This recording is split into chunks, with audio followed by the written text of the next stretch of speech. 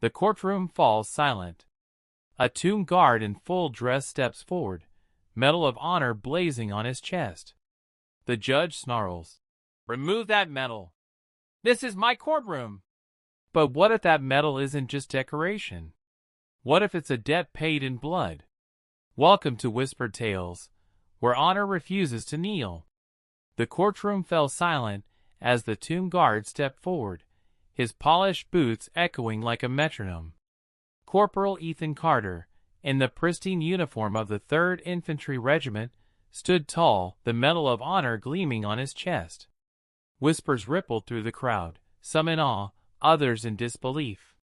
Judge Hargrove leaned forward, his voice sharp as a blade. "Remove that medal, Corporal. This is a courtroom, not a parade." Ethan's eyes locked onto the judge, steady, unyielding. The air grew heavy, the kind of heavy that stops hearts. "Hold that breath." A retired colonel in the back row just stood up. "She owes Ethan her life, and she's about to shatter this courtroom with one truth. Before Whispered Tales unleashes the firestorm, drop your country in the comments. Let's map the world that still believes in honor." The morning air in Warrenton, Virginia, hung heavy with the scent of damp grass and history. The small courthouse, a squat brick building with tall windows and a colonial steeple, stood at the heart of the town.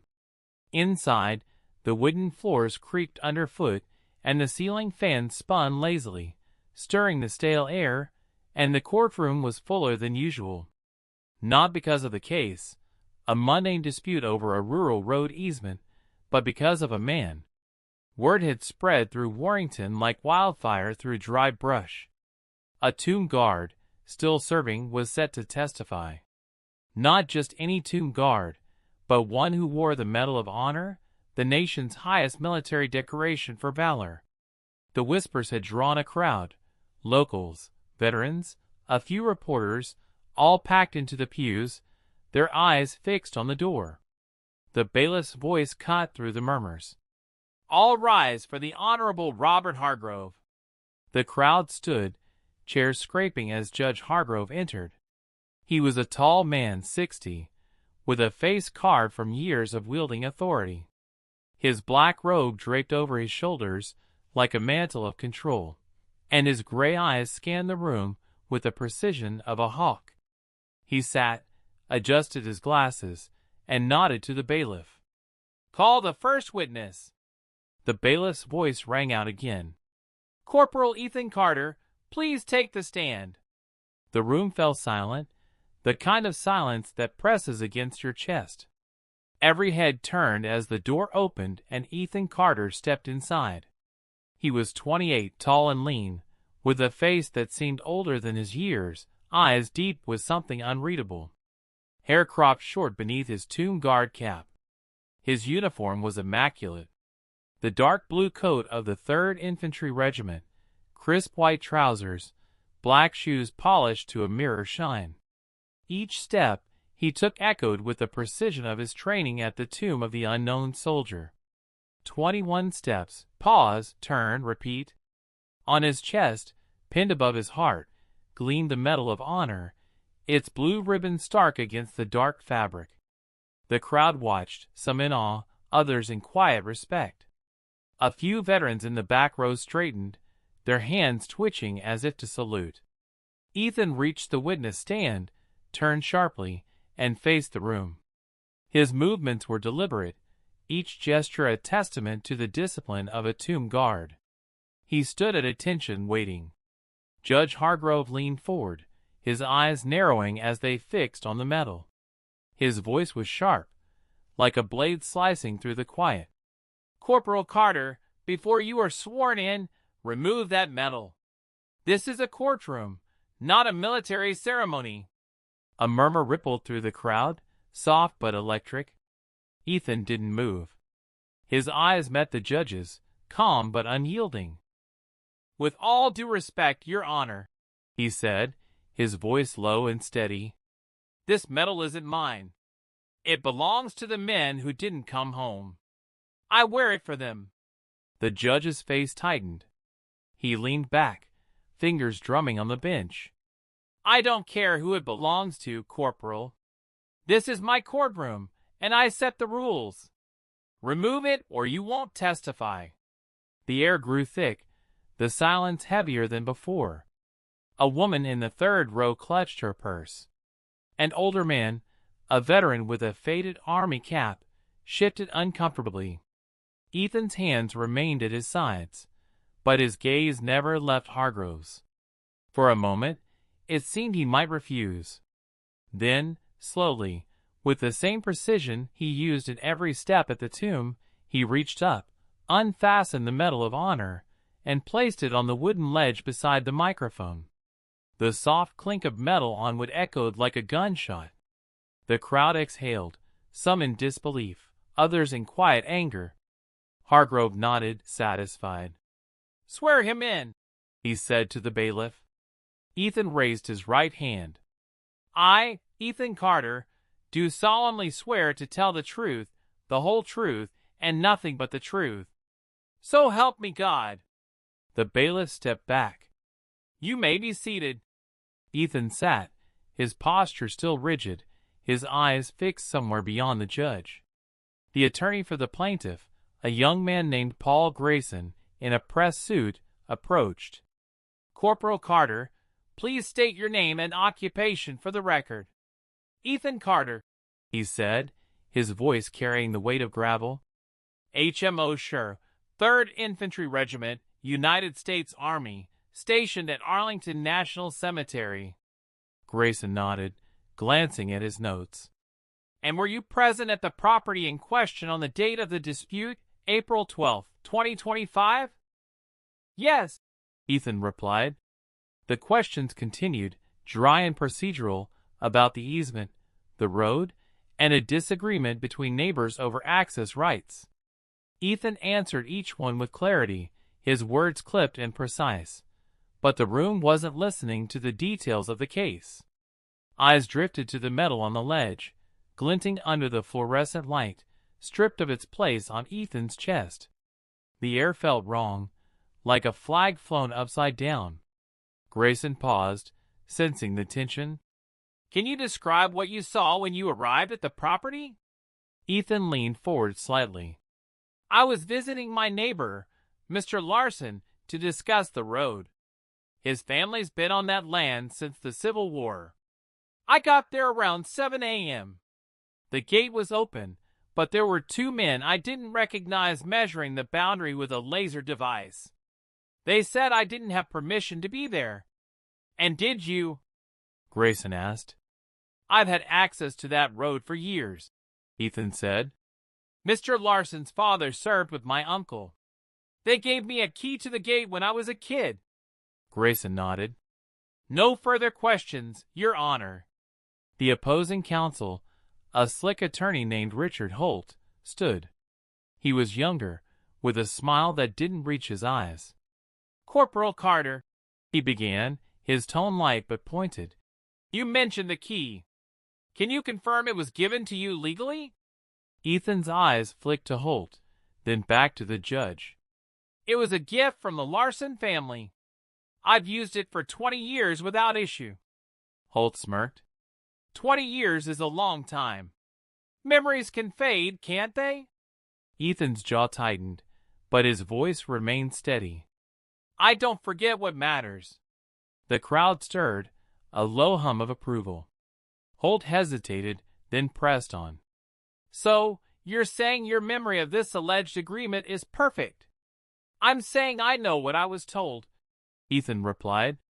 "And I know what I owe." Holt's smile faltered. "No further questions, Your Honor." Judge Hargrove leaned forward, his voice cutting through the room. "Let's keep this moving. This isn't a history lesson or a war memorial. We're here for facts, not feelings." The words landed like a slap. A man in the back row wearing a Vietnam veteran's cap clenched his fists. A woman whispered to her neighbor, "That's not right." The room's energy shifted, a current of unease rippling through the pews. Grayson stood again, sensing the moment slipping. "Your Honor, may I recall the witness later if needed?" Hargrove waved a hand. Fine, step down, Corporal. Ethan rose, his movements deliberate. He glanced at the medal on the ledge, his eyes lingering for a fraction of a second, then turned and stepped down. The crowd watched, silent, as he returned to his seat. The medal remained where he'd left it. A small piece of metal that seemed to hold the weight of the room. And then it happened. From the back of the courtroom, a woman stood. She was 50, with short-cropped hair and a presence that filled the space without effort. Colonel Sarah Nguyen, retired, once Ethan's commanding officer in Afghanistan. She wore a simple navy suit, but her posture screamed military. Her voice was calm but commanding. Your Honor, may I speak?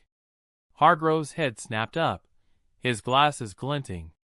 This is a court of law, ma'am. Unless you're counsel or a subpoenaed witness, I'm neither. Sarah interrupted, her tone steady. I'm Colonel Sarah Nguyen, United States Army, retired. I served with Corporal Carter in Afghanistan. I was there when he earned that medal you made him remove. I'd like to address this court. The room froze. Even the bailiff seemed unsure, glancing at Hargrove for direction. The judge's face twitched, caught off guard. This is highly irregular, he said. You have no standing here. I have the standing of someone who owes her life to that man, Sarah said, stepping into the aisle. Her voice carried, not loud, but heavy like a drumbeat. In 2019, in Helmand Province, our convoy was ambushed. 12 of us were pinned down, taking fire from 3 sides. Ethan Carter ran through a hail of bullets to pull us out one by one. He carried me 200 yards with a bullet in his leg. That medal isn't a decoration, it's a debt. The crowd was silent, every word landing like a stone. A young man in the second row, Jake Morales, a freelance reporter with a YouTube channel, quietly raised his phone, recording. Hargrove's face reddened. Colonel, you're out of order. Sit down or I'll have you removed. Sarah didn't move. With respect, Your Honor, you're the one out of order. Ethan Carter isn't just a soldier. He's a tomb guard. Every step he takes at Arlington is for the unknowns, for the men and women who gave everything. You asked him to remove their memory. You asked him to break his oath. The room erupted in murmurs. A veteran in a wheelchair stood slowly, his hands trembling. Another followed, then another. They didn't speak, didn't need to. Their silence was louder than words. Jake's phone kept recording, the live stream climbing to thousands of viewers. Hargrove banged his gavel. Order! I will have order in this court. But his voice cracked, betraying his unease. The crowd wasn't with him anymore. Eyes were on Ethan, on Sarah, on the medal still lying on the ledge. Ethan stood again, unprompted. He stepped to the witness stand, picked up the Medal of Honor, and held it in his hand. He didn't pin it back on. He just held it, his knuckles white. I'm not here for myself, he said, his voice cutting through the noise. I'm here for the men who didn't get a chance to speak. For the ones who never came home. The words hung in the air, simple but heavy. Sarah stepped closer, standing beside him. This isn't about a road or a gate, she said, her eyes locked on Hargrove. This is about respect. You disrespected a man who's given more than you'll ever understand. And you did it in front of his community, his brothers, his country. Hargrove's hand shook as he gripped the gavel. This court is in recess, he barked, rising from his chair. Clear the room. But the crowd didn't move. One by one, people stood, veterans, locals, even the court stenographer. Not in protest, but in witness. They stood for Ethan, for Sarah, for the medal now cradled in his hand. Jake's live stream hit 10,000 viewers, then 20. Comments flooded in. This is America. Honor the fallen. Shame on that judge. The bailiff hesitated, unsure whether to enforce Hargrove's order. The judge stormed out, his robe flapping, leaving the room in a silence that felt alive, electric. Ethan remained at the stand, the medal in his hand, his face unreadable. Sarah placed a hand on his shoulder, a silent acknowledgement. The crowd began to file out, but not before a few veterans approached Ethan, offering nods or quiet words. "You did them proud," one said. Ethan only nodded, his eyes distant. By noon, Jake's video had gone viral. It spread across social media, picked up by veterans groups, news outlets, and influencers. The headline was simple: Judge orders tomb guard to remove Medal of Honor.